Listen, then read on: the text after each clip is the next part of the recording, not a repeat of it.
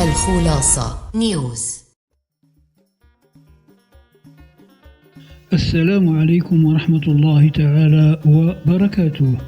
كما هو معلوم فإن فصل الصيف هو فصل النزه والفسح والمهرجانات والأنشطة الثقافية والموسيقية.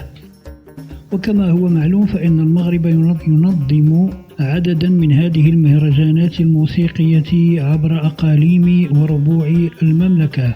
وقد حظيت مدينة تيزنيت بحظ ونصيب من هذه المهرجانات، حيث تم تنظيم مهرجان تملات البرج بجهة سوس ماسة، بالضبط إقليم تيزنيت.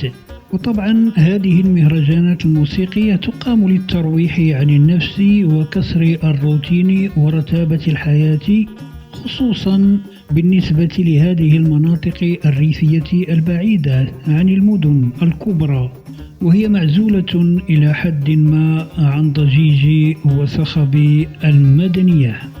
وبالفعل فإن هذا المهرجان أقيم بهذه المنطقة، لكن ما خلق زوبعة من الجدل وفتح أبواب الانتقادات على مصراعيها.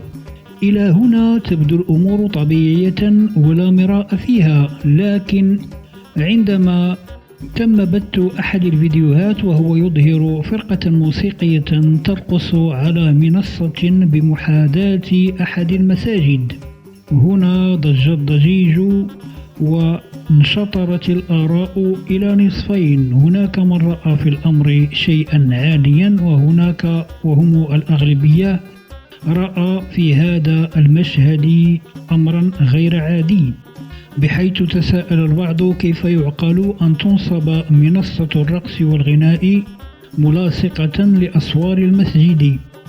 طبعا انتشر أحد الفيديوهات على منصات التواصل الاجتماعي وهو يظهر مشهدا من الرقص والغناء من صميم التراث الأمازيغي الشعبي الأصيل.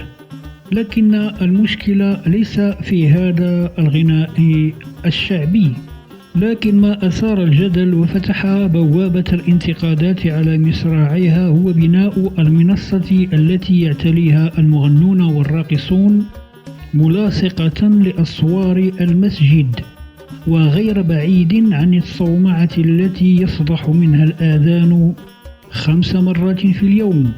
وهذا ما جلب الاستنكار والشجب من طرف الكثيرين، لأن المشهد كان مثيرا للاستغراب وغير مفهوم، لأن معادلة الموسيقى والرقص بمحاذاة المسجد يستعصي حلها على الأفهام، علما أن للمسجد مكانة كبيرة وهالة من القداسة متجدرة في وجدان كل مسلم.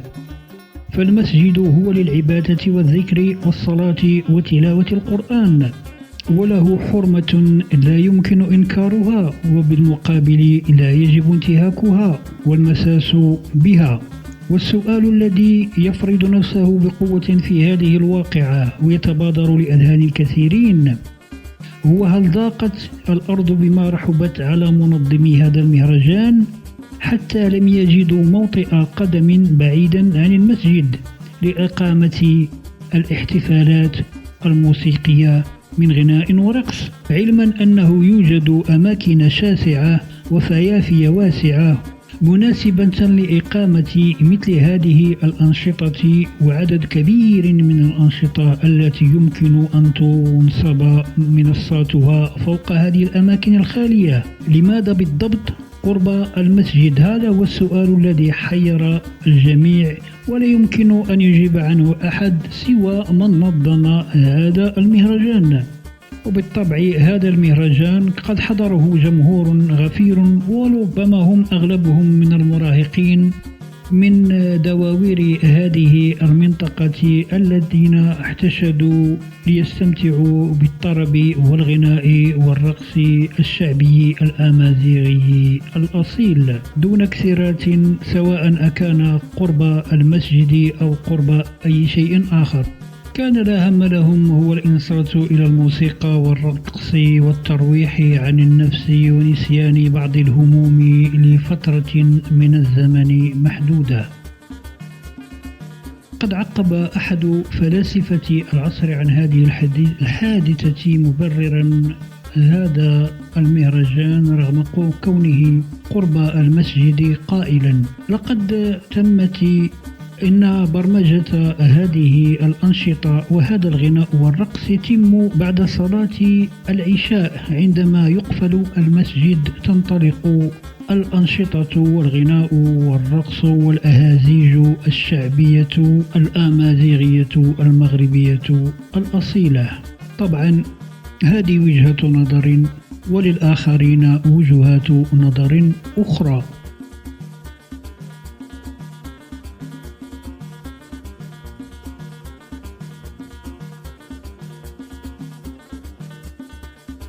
دمتم بألف خير وفي رعاية الله، وإلى اللقاء في فيديو آخر بإذن الله تعالى.